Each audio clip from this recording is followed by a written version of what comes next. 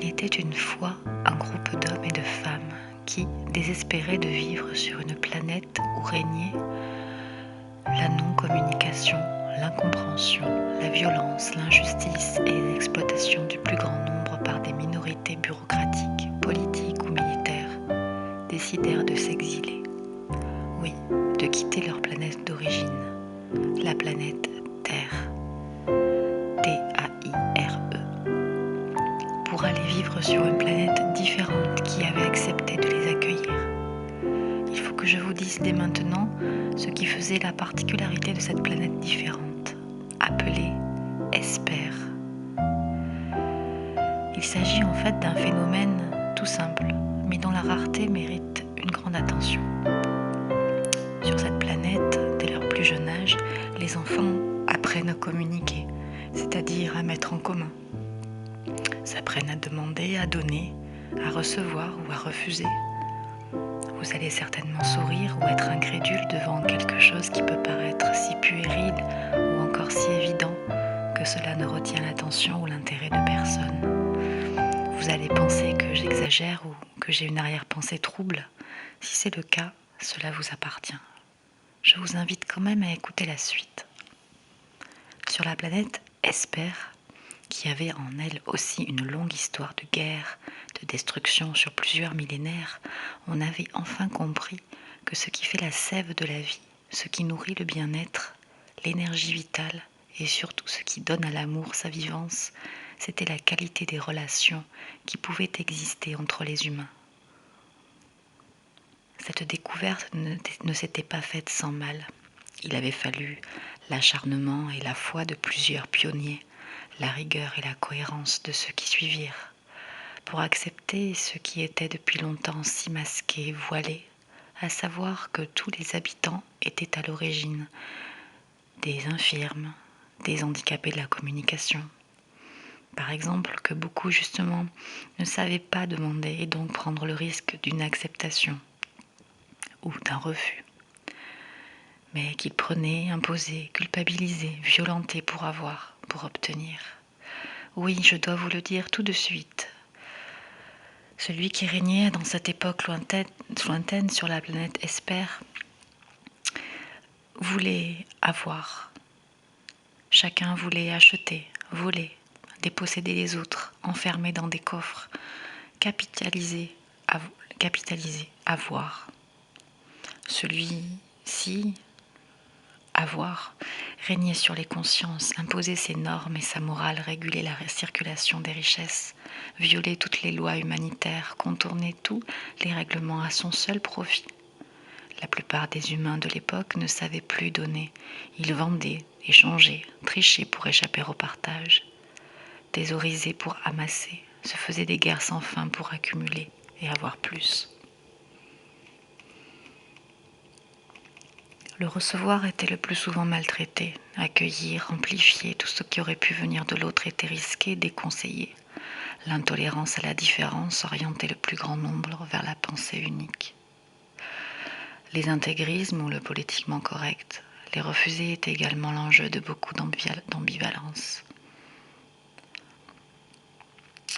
À cette époque, avoir s'appuyait sur des principes forts, communément pratiqués au quotidien de la vie personnelle, professionnelle et sociale de chacun. Je vais juste en rappeler quelques-uns pour mémoire, car bien évidemment, ces principes sont aujourd'hui devenus caducs sur la planète Esper. Le premier auquel tenaient beaucoup les parents et les enseignants de l'époque était de parler sur l'autre. Oui, non pas parler à l'autre, mais parler sur lui, avec des injonctions, en lui dictant par exemple ce qu'il devait penser ou ne pas penser, éprouver ou ne pas éprouver, dire ou ne pas dire, faire ou ne pas faire. Vous le comprenez bien, ce principe était destiné à maintenir le plus longtemps possible les enfants dans la dépendance et développer plus tard cet état au seul profit de quelques-uns en entretenant des rapports dominant-dominé.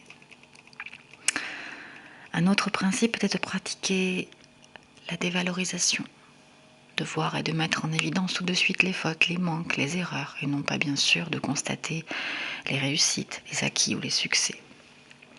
S'ajoutait à cela la culpabilisation, très prisée car elle évitait de se remettre en cause ou de se responsabiliser en rendant l'autre responsable de ce qui nous arrivait ou même de ce qu'on pouvait ressentir. Regarde comme tu me fais de la peine, comme tu me rends malheureux en ne suivant pas mes conseils. Le chantage, la mise en dépendance, la manipulation complétaient les principes déjà énoncés pour maintenir entre les humains un état de malaise, de non-confiance, de doute, d'ambivalence et d'antagonisme propice à entretenir méfiance, violence et désir de posséder encore davantage.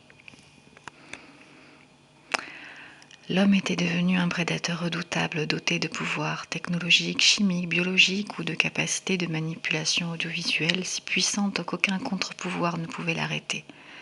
Puis survint un stade critique où la violence intime, une violence de survie fit irruption dans les familles, dans les villages, dans les quartiers des grandes villes.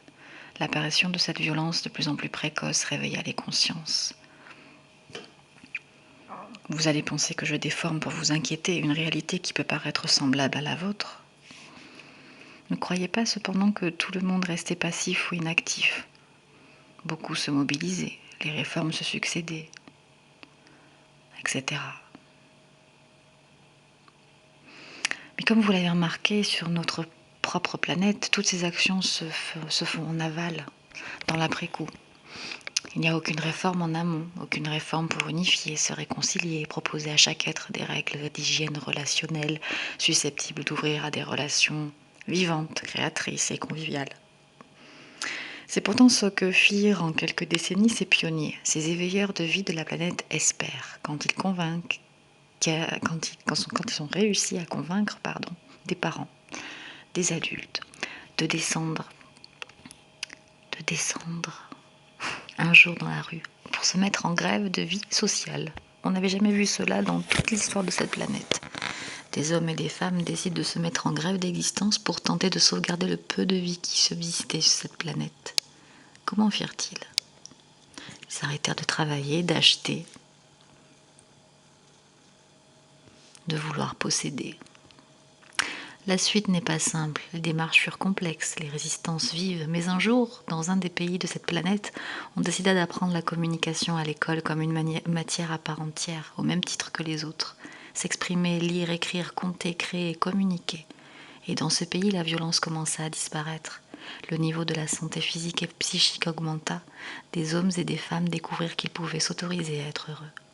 Un jour, les hommes et les femmes qui continuent de survivre sur la planète Terre, T-A-I-R-E, devenus invivables, décideront peut-être non pas de s'exiler, d'aller vivre sur la planète Esper, mais plus simplement d'apprendre à communiquer, à échanger, à partager autrement. Vous vous demandez peut-être où est située la planète Esper dans l'espace. Je vais vous faire une confidence. Elle est à inventer dans votre coin d'univers, dans chaque lieu où il y a de la vie. Jacques Salomé, Conte à aimer, Conte à s'aimer. Chez Albin Michel, 1994. Merci Théo.